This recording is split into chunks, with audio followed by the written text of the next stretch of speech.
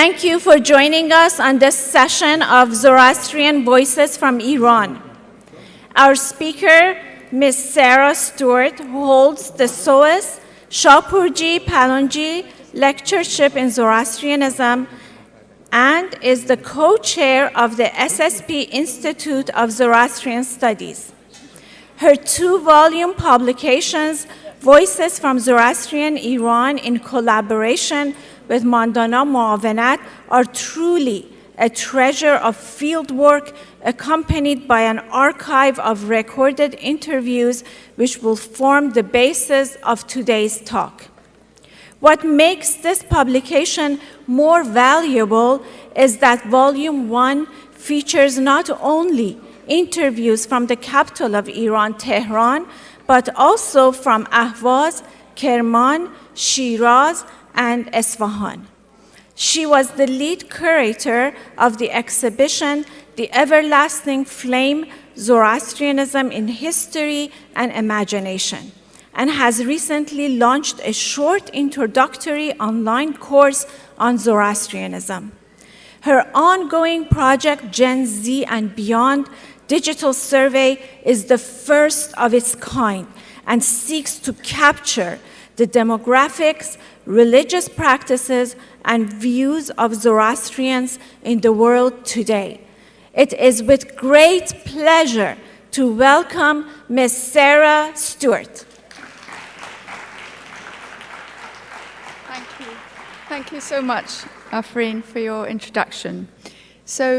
And thank you all for being here. I know it's been a very long day. Just before I start, I can't believe I'm wrapping up in a way. This is the last session of the day, and it's just been an amazing 3 days. And thank you once again to the organizers. You've just done an amazing job. So in this talk, I'm going to focus on Zoroastrian funerary rituals and ceremonies with reference to my work in Iran now over a decade ago. Between the years 2007 and 2011, over 300 interviews were collected from Zoroastrians living in urban centers and the villages surrounding the city of Yazd, where an ever-diminishing number still live or own property and or land. And the interviews have been digitized and deposited in the Endangered Languages Archive, ELAR, at SOAS, and have recently been published in 2 volumes. So the study was undertaken with a former student of mine, Mandana Muawanat, and she was the lead researcher based in London, and her family in Iran were just wonderfully, not only wonderfully hospitable, but also facilitated the permissions I needed to access all the areas, 16 anjumans, so 16 letters went from the government to allow me to be in those places and for the interviews to go ahead. So I'm eternally grateful to the Muawanat family. So although considerable time has elapsed between the time I was there and now, many of my interviewees sadly have passed away since then. But I think that the views on the subject of funerary rituals are likely to reflect the current thinking now as much as they did then. So in other words, this is an immutable rite of passage that has changed over the years, but not substantially over the past decade. Now, in my talk yesterday on Gen Z and Beyond, the survey for all generations, I spoke about the Zoroastrian notion that a person experiences the afterlife according to their actions, good and bad deeds, performed during their lives in this world. And those that attended my talk will remember the description of the individual judgment at of the soul in its passage across the Chinvat Bridge to await final judgment at the end of time. And in a sense, today's talk addresses the other side of the same coin, in that insofar as it's looking at the earthly customs, if you like, the rituals and beliefs surrounding death in preparing the soul for its journey into the other world. So I'm going to begin with a brief overview of funerary rituals in Iran, both today and in recent history. and I'll go on to discuss the various challenges faced by Zoroastrians, which are unique to the Iranian context, drawing on some of the interviews from my fieldwork there. And I've got a short film that I'd like to show you at the end, but I'm very conscious of time, so I am going to be skipping a few bits and pieces. So first, I'd just like to look at the textual basis for funerary customs and ceremonies. Zoroastrian religious texts have been through many redactions, translations, and interpretations by Zoroastrians and non-Zoroastrians alike through the ages. But however remote and alien some of them may appear today, they provide a conduit through which we can explore the roots of Zoroastrian beliefs and practices. People can then decide which of these are relevant and meaningful in today's world, which need to be adapted, and which can be abandoned altogether. And funerary rituals provide us with an ideal case here, as they've been adapted to the location and environment through the centuries. So in the Avesta and Pahlavi books, there are differing accounts and terminologies used to describe methods of disposal of the dead. And the significant text to consider is the dreaded Videvdad or Vendidad, law against demons, that lists the laws of those who reject the devas or evil beings. It's a law book in 22 chapters that takes the form of a catechism or instruction in which Zarathustra asks the Ahurian questions and Ahura Mazda provides the answers, the Ahurian teaching. I'm citing this text because it's part of the corpus of the Avestan texts. And you will have heard from Shaheen Behradnir in her first talk. Of course, this is a lot to do with purity, and therefore it's very harsh on women. But that's not the purpose of, that's not why I'm talking about it today. It is because Zoroastrian doctrine, according to Zoroastrian doctrine, the most potent source of ritual impurity is dead matter. And death represents the triumph of Angra Mainyu, Pahlavi Ahriman, over the righteous person. And according to the Vendidad, when life leaves the body, the demoness of death, Druj Nasu, rushes in from the region of darkness in the form of a horrible fly. To protect the soul and limit the power of evil to spread pollution, a dog is brought to the body, at which point the Druj Nasu flees. And this is what's known as the Sagdid, or gaze of the dog, the idea of which, if not the reality, I expect you're familiar. So this is why I cite these texts. There are always bits that are reflected, have been reflected over the passage of time in the way that people practice the religion. So this is the description in the Vendidad. It's translated by Oktor Shervo. Zarathustra asked Ahura Mazda, O Ahura Mazda, O most life-giving spirit, orderly creator of all things in the bony world of the living, how does the demon carrion rush upon dead matter? Then Ahura Mazda said, immediately after death, O Spatama Zarathustra, the consciousness will go out, and this carrion demon rushes in from the north in the form of a disgusting fly, knobbly-kneed, flat-assed, driveling, like the most repulsive evil creeps. Also in the Videvdad, the term dakhmeh refers both to a structure, dakhmeh uzdeza in Avestan, and also to a mountaintop where bodies should be left for carrion birds to dispose of, and where the sun's rays will draw the soul to its final destination. After the bones have been bleached by the sun, they will be gathered and placed in the uzdana, or ossuary, a casket, for which we have evidence in Central Asia rather than in Iran. So this is the Yumalak Tepe ossuary in the Shahrizab's museum near Samarkand. And I brought showing it here because it shows you how people have interpreted in different parts of what was the greater Zoroastrian world, how people have interpreted the texts. So this is the context here, is the fourth morning after death, when the Chaharam ceremony is performed for the sake of the soul. So in the top part of the register, I'm not sure how to use the pointer, but anyway, you can see that the soul is shown as a naked boy in a slanting position between two pans holding his good and bad deeds, which are attached to a scales held by the divinity Rashnu. Below, the priest wearing the padam is holding the long barsum, or perhaps it could be tongs, and alongside him are the 4 ritual offerings prescribed for the dead. Flour in the shape of loaves of bread, the drone, sheep, wine, and a saddled horse, probably a symbolic offering, and the widow kneeling beside holds a flower. So it's not until the Islamic period in Iran that the widespread use of the dakhmeh is attested. From the mid-18th century, dakhmehs in Iran were built on the Indian model. They ceased to be used in Iran some 40 years ago. The last one to be used was in 1974. But of course, the Dungarwadi, or Towers of Silence, are still used, as you well know, by Zoroastrians in India and Pakistan. So although the Zoroastrian Parsi communities have been separated for a long time, funerary customs and prayer sequences remain remarkably similar. Prayers and offerings afford protection for the soul during the 3 days after death, when it's at its most vulnerable. In Iran, funerary rituals were simple and adapted to the long journey by foot from the town or village to the dakhmeh. A patet, or confession, would be recited by the priest, and a spoonful of nirang, the bull's urine, which is now no longer used in Iran, was administered. A dog would be brought to perform the first sag deed.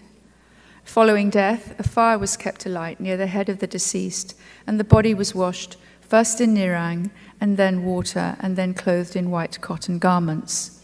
The Nasr Salas, performing this procedure, would keep paiwand, that is, they would be joined by a kasti tied to their right wrist.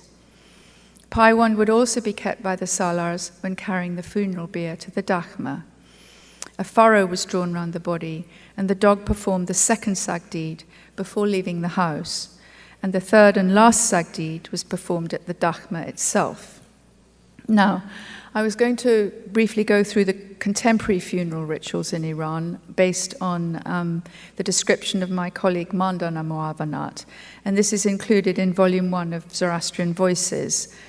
So I'm actually going to skip that bit because of the time, and I had a few, where am I? Sorry. I had a few slides about that. But first of all, I'll just go through these slides because this is the little dakhmeh in the village of Cham near Yazd. And what's nice about this is the khelas, or the buildings next to it, where the deceased would be brought prior to being taken up to the dakhmeh. And what's nice in this picture is the atash sus, the tower where the fire is lit, and the do cheshm, the 2 eyes, for the beam of light to shine out from the tower, and it matches up with a little aperture in the side of the dakhmeh where it can shine through. Now, we then have, of course, you're familiar with the Towers of Silence in India. This is an old picture of the Nasr Salas taking the body to the dakhmeh on Banabar Hill. Now these are this is the Iranian context, which I'm not going to spend any time on because I think you're probably familiar with it. This is a fairly recent funeral in Tehran, and just to say that in the cemetery, graves are decorated with a photograph of the deceased, the Zoroastrian symbol of the winged disc, and a Persian poem. It's worth noting here, perhaps, that in India, ritual procedures following death have remained similar to those in Iran. And one difference is that the night-long recitation of the Vedavdad is still performed in India, its purpose being to protect the soul and drive away the forces of evil. Now I'm going to turn to the interviews from my Iran project. I don't know if anybody has a glass of water I could perhaps have. I think there's one on that table. just to give you an idea of people's views about the procedures I've just described. And some of these, notably from the older generation, are interesting insofar as they portray a bygone world. It's difficult to imagine quite how hard people's lives were in the early part of the 20th century. Thanks so much. No, that's brilliant, thank you. A period that's still within living memory. So in my book and in the recordings, when you think about it, if I was interviewing somebody in their 80s and they remembered their grandfather, maybe even their great-grandfather, this really is a different world. And if it wasn't within living memory, then people have preserved the stories that are passed down to them by their parents and grandparents. So the transition from dakhmeh to cemetery in Iran was not an easy process. And I've written about this, an account of the first cemetery to be established in Tehran, the site of Ghazre-Feroza, in 1933. The decision to abandon the dakhmeh system came about partly to prevent them being desecrated by Muslim vandals, and partly because the practice of exposure was not considered to be compatible with modern living, then enjoyed by urban residents of Tehran. These people also argued that the dakhmeh system was unhygienic and drew on contemporary claims of medical science to justify this view.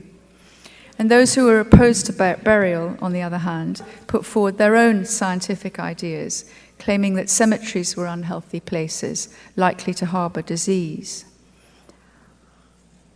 And this view is also expressed by some of our interviewees who refer to microbes and viruses being kept alive in the earth. A gentleman in Kerman, now deceased, described how in the 1940s, during the war, there was a terrible outbreak of cholera. The Muslim cemetery was near the Gabra Mahalle, or Zoroastrian quarter, and he observed that whereas the Zoroastrian method of disposal did not allow microbes and viruses to survive, the earth allowed them to flourish and became contaminated by them. The same gentleman talked at some length about the old days, drawing on stories passed down to him.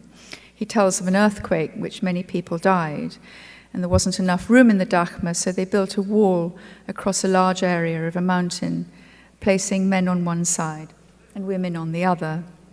So this actually is the dakhmeh and prayer building at Yazd, taken in the 1970s, but there, you can note the rectangular dakhmeh on the left, which is rather typical of what he described, a sort of area being walled off. And he also said that Muslims would abuse them a lot and would vandalize the dakhmeh in order to carry out medical experiments on the bodies. He said big, tough Zardoshtis would sometimes sit nearby with an axe and watch to see who would dare climb the walls. If they saw a few of these men carrying out the corpse, they would beat and kill them as if they were not living people. Once a man escaped on his horse and told people there were dead guards who would kill anyone who approached the area.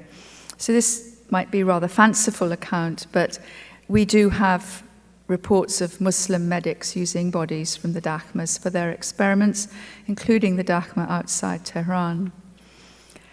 Another interview from a southeastern suburb of Yazd also refers to the benefits of the dakhmeh. I mean, this is a long extract, but it's one which sums up a number of interviewees' views. So when asked which system he preferred, I'll call him Mr. NB, replies that he thinks the dakhmeh was better. And he says, yes, you should see the dakhmeh in the context of its own time. But even if we still had it, it would be a good thing, because we believe that the earth curses us. We should keep the four elements pure, water, earth, wind, and fire. By burying the dead, we pollute this earth.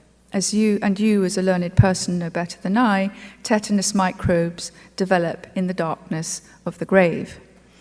And referring to burial, he says, but 2 points. One is that I would become obsessed with the grave. I would go to my father's grave and read the Yatha Ahu prayer and the 101 names of God. If they had brought an idol to my father's grave, if they had made a huge monument of marble, I would have made a mistake. This is called worshipping the dead. But dakhmeh, you see, also known as a tower, was circular in shape, and the sun shines directly onto it, so the bacteria are killed. Although burial is accepted by the vast majority of Iranian Zoroastrians, especially young people, who reason that it's no longer appropriate for the times, there are many who, like Mr. N.B., express dislike for the grandiose grave architecture and expensive funeral ceremonies that many people aspire to today. There's a strong sense amongst many Zoroastrians, both in Iran and indeed in India, that death is a great leveler and there should be no hierarchy or display of worldly wealth in the legacy of a graveyard. So while there's a feeling that personal worldly identity should be dispensed with at death, and the dakhmeh system accommodates this sentiment, in the diaspora, it seems to me that the opposite is true. Zoroastrian cemeteries around the world are valuable repositories of information about the history of the various communities. The burial ground in Britain, for example, Brookwood Cemetery in Surrey, marks the achievements of many prominent individuals, mainly from the Parsi community, with an epigraphic commemoration and elaborate tomb architecture. In contrast to the dakhmeh system, this establishes a record of the community as a whole within the host establishment. The interweaving of Zoroastrian roots in Iran, the British colonial period in India, down to the modern diaspora in Britain, is summed up in the epitaph on the textile entrepreneur and philanthropist N.N. Wadia's mausoleum. So here you can see what it says. I'm Narozji Nasirwanzi Wadia of the ancient Aryan race of Persia, a citizen of the loyal town of Bombay, who lie here peacefully under the far sky of wide-famed Britain. So there's quite a lot there to think about. Now, returning to Iran and the challenges faced by Zoroastrians who've had to adapt their funerary rituals within a predominantly Muslim environment, I want to mention two in particular. Both demonstrate the efforts made by community members and priests to maintain traditions with respect to this important final rite of passage. And the first is historic and relates to those Zoroastrians who are commonly referred to within the community as Jadid ul-Islam. These are descendants of people who converted, either willingly or unwillingly, to Islam, but who continued to practice Zoroastrianism. Their children might be brought up as Zoroastrian, but were officially Muslims with Muslim names. When they died, they were not accepted into the dakhmeh or later into the Zoroastrian cemetery. They were obliged to have the last rites performed by a mullah. They would also have the entire death ceremony performed by a mobed before death. If this wasn't possible, then a stone would be taken to the mobed, who would perform a death ceremony over it. And the day before the burial, a grave was dug, lined with pebbles, and the stone plus a sadra and kasti placed inside. A solid convex structure was built over it, so the contents remained hidden. And the next day, the body would be placed inside, and a mullah would recite the prayers. And I should say, these so-called jadids, as they're still referred to, they were in limbo. They weren't accepted into the dakhmeh or then the cemetery, the Zoroastrian cemetery, but nor could they be buried in a Muslim cemetery. Something's happened to my... I don't know if there's any tech person here, but my... which is a shame, because... okay, thanks. So, I was just going to show you the Jadid burials. Okay, great, thanks. Thanks very much. So you can see in the background here, this is a little Jadid cemetery that I visited in a village near Yazd. You can see the older graves at the back where the stone is, this convex structure I described is covered with mud. And at the end you can see there's a little niche reserved for a divo, such as would have been lit in the tower facing the dakhmeh that I described.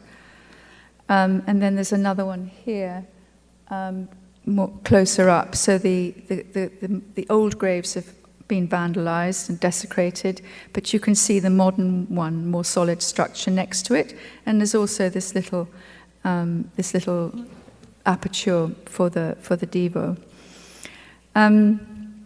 So the second example of this adaptation on the part of Zoroastrians comes from Ahwaz, from a qualified mobed who practices part-time as a priest in the city and the surrounding area. And he's also a successful businessman who's multiple offices in Iran and abroad. He's deeply committed to the small population of less than 100 Zardoshtis in the city. And concerning death, he explains that the human being is composed of two parts, the material and the immaterial. The immaterial part contains energy and light, and when the light is no longer useful for the body, it will depart. And at that point, when a priest recites the Avesta, it creates only positive waves. When you're cutting the fruit, this action also creates positive waves. The smell of the fruit emits energy. It's the same with the smell of the bread and lork, and the light of the fire. They all give positive energy. Recitation of the Avesta is calming, and these ceremonies make the family think less of the body of the deceased and are more aware of his soul, Ravan, being present. All these ceremonies, as well as their timing, keep the family busy and cause them to think less about the body. Now, on the subject of Ahwaz, the city was particularly vulnerable during the war between Iran and Iraq, and since, of course, it was close to the border with Iraq. Many Zoroastrians left following the invasion in 1980, never to return. Much of the city was reduced to rubble. Another of our interviewees recalls that he was in high school at the time, and he and his family had to leave Ahwaz for 2 years. And he says, there were religious classes, I remember, but none of us had the discipline to attend school regularly. Some people had returned and some had not. Some people were still away, and our Anjuman was bombed and in ruins. The situation was not good. So it's worth noting, perhaps, here that almost all mobads and mobadiyars in Iran today work part-time. And there's no longer a madrasa or priestly training school like remains in India. So the time spent on learning rituals, ceremonies, and prayers in order to pass the exams necessary to become a Nozuti comes at some cost. And I was often very surprised at the dedication of some of these men, and of course now women, how they showed this dedication towards their faith and the efforts they made to preserve traditional ways of performing the death ceremonies. The war with Iraq presented another challenge for Zoroastrians in Iran that I just want to mention. So apart from the displacement, there was the question of whether or not Zardoshtis should be made to fight. There are accounts of them being used as cannon fodder, that is, being sent to the front line and obliged to fight when they were underage. Now, I don't have any such accounts from any of my interviews. I do have a long interview with a widow who described her son's role in the military, his death, and her grief. A number of interviewees mention the fact that they see themselves as Iranian first and foremost and share a common identity with all other Iranians, both Muslim and non-Muslim. And it follows and is borne out in interviews that Zardoshtis put defense of Iran before any qualms about fighting alongside Muslims or under Muslim command. Now, 18 Zardoshtis died as a result of the war and are commemorated both on state occasions and in Zoroastrian ceremonies, on what are known as the annual 10-day dawn celebrations to commemorate the revolution of 1979. There are official ceremonies to pay tribute to those who died in the war. And Zardoshtis have their own, held on Favardin Day, Favardin month. And this is the slide here. On this day, they'll take traditional foods, such as lork, sirog, and siri sadal, to leave at the graveside of family members who died. The graves all have photographs, and some are quite elaborate, with a fravohar carved in marble or stone at the head of the tomb. As I mentioned before, some of those interviewed express dislike at what they see as graveside cult that focuses on a person's earthly life and can display family wealth. Zardoshtis tend to use the term Jan Bakhtagan when referring to those who died in the war, rather than the Islamic term Shahid, meaning martyr. The notion of martyrdom is quite complex in Zoroastrianism. Basically, there's no place in Zoroastrian doctrine for the idea that you can buy yourself a place in paradise through sacrificing your life. The martyrdom as advocated by Khomeini was contentious for Zoroastrians because it was openly associated with the Shia narrative of Karbala and the martyrdom of Hussein. But on the other hand, Zardoshtis felt that dying for a just cause, should that be the unfortunate outcome on the battlefield, then this deed would be rewarded. So now I just want to end my talk by showing you a short video clip that was made for the exhibition Living Zoroastrianism at SOAS in 2017. And forgive me if any of you have seen it, because it was also included in the short online course on Zoroastrianism that I launched last summer. But the reason for showing it here is to give you a sense of what is left of Zoroastrian village life, which is sometimes hard to describe unless you've been there, which I'm sure some of you have. Extracts presented in this short film consists of comments and views on ritual and devotional life, drawn mainly from lay members of the community. And they're from the interviews which are now published in my books. So I've overlaid the footage with these extracts from interviews. And you'll hear the extract in Persian, and there are some in Dari, and the translation will appear on the screen, accompanied by film footage and music courtesy of Mr. Ali Attar, who works for the BBC Persian service. So, don't know if the lights can be...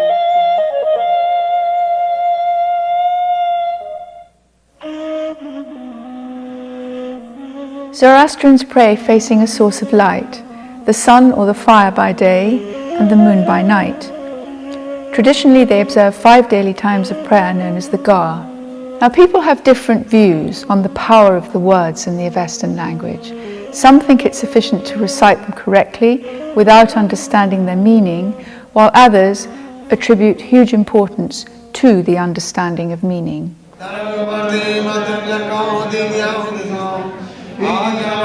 موبد خب موبدی که اولا که گیرایی صدا داشته باشه، یعنی واقعا اون آواش گیرایی داشته باشه، به قول معروف اون مانترش بگید آدم. مثلا بعضی معتقدن که اصلا سر اوستا خواب میرن، بعضی ها دلیل بر بدی بودن این مسئله رو میدونن که مثلا فلانی رو نگاه کن موبد داره اوستا میخونه خواب رفته، در صورتی که این اصلا بد نیست. این اون موبدی که داره اوستا رو میخونه انقدر قشنگ میخونه که اون طرفی که اونجا نشسته با وجودی که مثلا یه عزیزیشو از دست داده میره تو حالت خواب، یعنی بهش آرامش میده. این قدرت اون موبد رو نشون میده که داره اون اوستا رو با اون آوای قشنگ کنه. ولی خب یه موبدی هم میاد یه اوستا میخونه، اصلا وقتی که تموم خوند که بلند شدی از تو مراسم اصلا میخوای بزن تو گوش موبده، یعنی اونقدر بدجور خونده، اونقدر به صداش بد بوده که اصلا عصبیت کرده. بعد از اینکه مراسم تموم شد، آره من موبد نقش موبد خیلی مهم و هیچ وقت ترجمه یک شعر، مثلا شعر حافظ یا شعر سعدی یا هر چیزی وقت ترجمه میکنن به انگلیسی، هر چقدر تلاش بکنن دیگه شعر نمیشه. خب اوستا، گاتا و اینا یه حالت موسیقی داره، یه حالت صوتی داره، هر کاریش بکنی، ترجمه به هر زبانش بکنی، این حداقل جنبه مانترا بودن، جنبه صوتی، جنبه حالا اون بخشی که میشه گفت به روح و روان و انرژی دادن برمیاد یه مقدار کم رنگ‌تر میشه. من کاملا اعتقاد دارم کم رنگ‌تر میشه. به نظرم نیایش اون نیایش رو برای یک فهمیدن معنیش نمیخونه. اگه برای فهمیدن معنیش میخواستیم بخونیم شاید خیلی جملات قشنگتری رو خودمون اصلا میتونستیم بگیم و اونو نیایش کنیم، یعنی نیایش بسازیم. من به نظرم اون یک نوع روح مقدس تو این نیایش ها وجود داره که به همون کلام اصلی این روح وجود داره و وقتی ترجمه میشه اون روح از بین میره. Fire is central to Zoroastrian worship. As a representation of Asha, or truth, it is the focus of prayers in the fire temple as well as in the home. It's thought to produce energy and to inspire the worshipper. یه بادومی یا یه فندق آتش میداد یا چراغش روشن میداد بعد چراغ بادی شد. اولا چراغ روغنی بود، این ور میداشت میمد تو خونه، خوب کبریتی جوری داشت میزد به این چراغش روشن میکرد، چیزا دیگر هم روشن میکرد. وقت دوباره شب که میشد یه چیزی باز پیدا کنه بگذاره روی آتش ها برای صبح داشته باشه که صبح چایی هم چایی نبود تا من خودم که یادمه، چای نبود، قوری نبود، استکان نبود، هیچی نبود. اینا فقط تو کماجدون میدونه چی؟ تو کماجدون جوشونده مثل گابزه بود میجوشوندن، دم میکردن. پدر من یا یه دیگه خیلی خیلی کم اینای هند میرفتن یا جا دیگه میرفتن یه قوری یه چیزی میوردن اونا به آتش.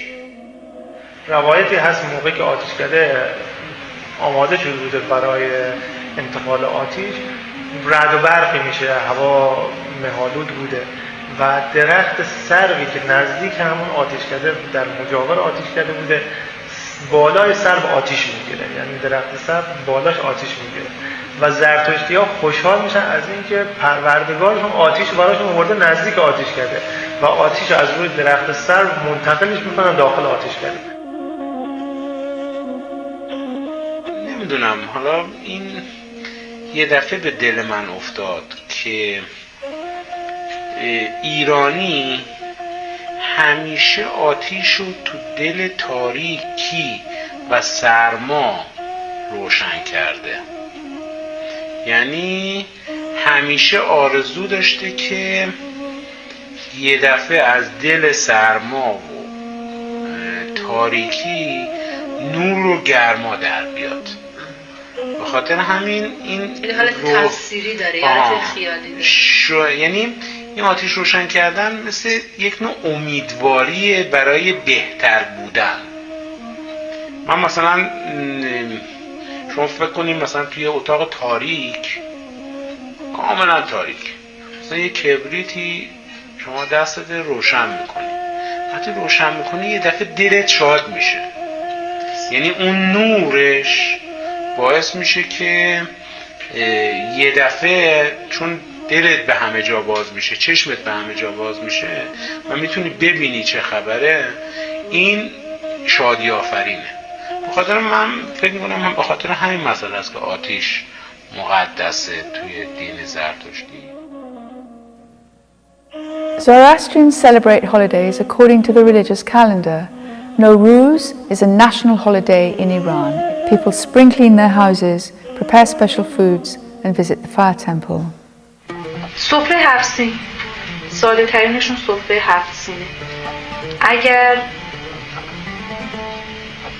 آفرینگون آتش رو نذارم سر سفره اصلا سال انگار تحویل نشه، در حالی که سال تحویل شده. اون سال هم سال خوبی خواهد بود، چه من بخوام چه نخوام. قرار نیست بدیومنی توش باشه، فلان توش باشه، ولی یه باور این که با این چیزها زندگی رو زیبا میکنیم، برای این چیزها میدویم و با همین چیزها دین رو نگه میداریم. به نظر من این چیزها کمک میکنه تا دین بمونه. موبدها هم کسانی هستن مثل همین سفره ها، نیاز هستن، چه بخوایم چه نخوایم. The focus of commentary in these interviews is the change in funerary rituals from the dakhmeh system, where bodies were exposed to the elements and disposed of by carrion birds, to burial in a cemetery.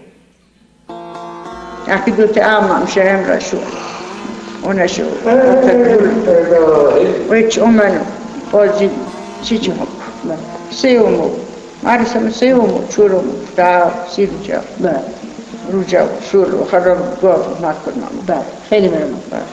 شما فکر کنید یه نفر که خودمون وارد شد چی نبود؟ ادایه چی نبود؟ چه اتفاقی شد؟ مراد میشه را بگم عمل کرده رو پاشو جلو. عمل کرده رو پاشو شد. ولی میشه خوب. امید اختیار آدم چورا بوده بود شلا. سر پلیس رو تاوید رنگ. ایشالا اما یو بخشم است. ممنون خشمار. ولی سوق کنید تا بخشمار. شاه خوب تو شاه دوی جات دلجا اون دیگه سین هپس نمیشه. نه خشم.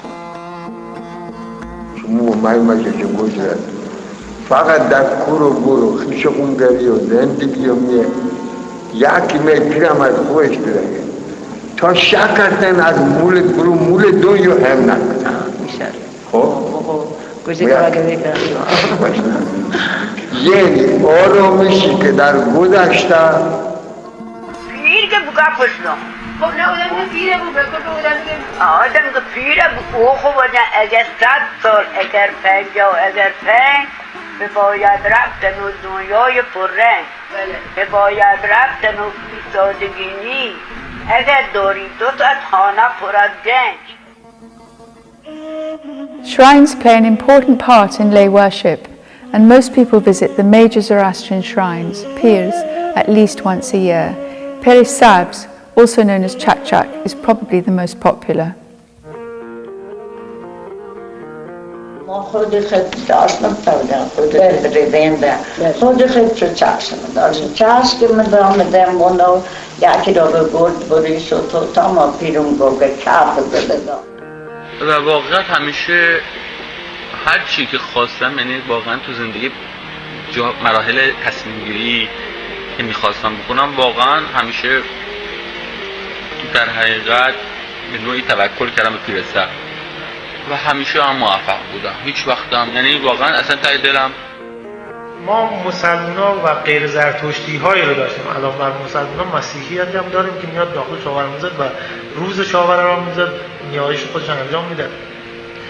ما داشتیم افراد غیر زرتشتی اومدن خالصانه داخل شاور را میزد ما به عنوان یک زیارتگاه نیایش کردن با اون زبون خودشون با اون حالت خودشون از خدا خودشون حاجتی رو خواستن و حاجتشون برآورده شد. حالا که برآورده شده اعتقاد آوردن و میان مرتب نظر و نیاز میدن و به نوعی از شاوران میزد ما و زیارتگاه دیگه حتی آتیشکده ما استفاده میکنن. Songs are a popular form of poetry set to music and draw on myths and legends from the life of Zarathustra and the epic Shahnameh or Book of Kings. چراغ راه دینش آفتاب است مهین بخشور دربار الهی شرف بخش نجات آریایی تا گردیده چرخ پیر را پشت پی پوزش به پیش نام زردشت جارب بشنود هر کس کلامش جارب جان کند قربان نامش به خون دل نیم زین زیست شادم که زردشتی بود خون و نجاتم. من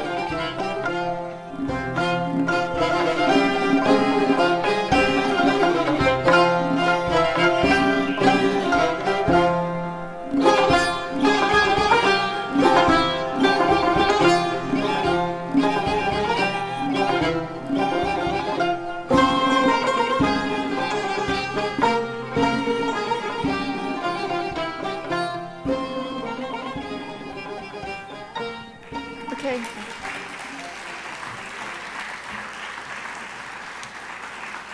Thank you. Thank you very much. I'm afraid I don't know how to put the lights on. I've been asked if we can wind up now.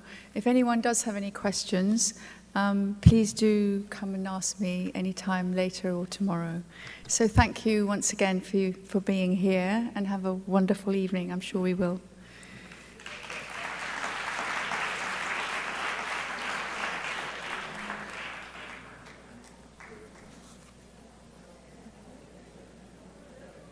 Lights, please. Ladies and gentlemen, our apologies to Sarah for having cut her presentation short, but I do have her books and I do recommend it. We know very little about Iran. They used to be on Amazon. I presume they're still there. It's really worth finding out about how our religion is carried on in Iran. Sarah, once again, let's give Sarah a big round of applause. Thank you.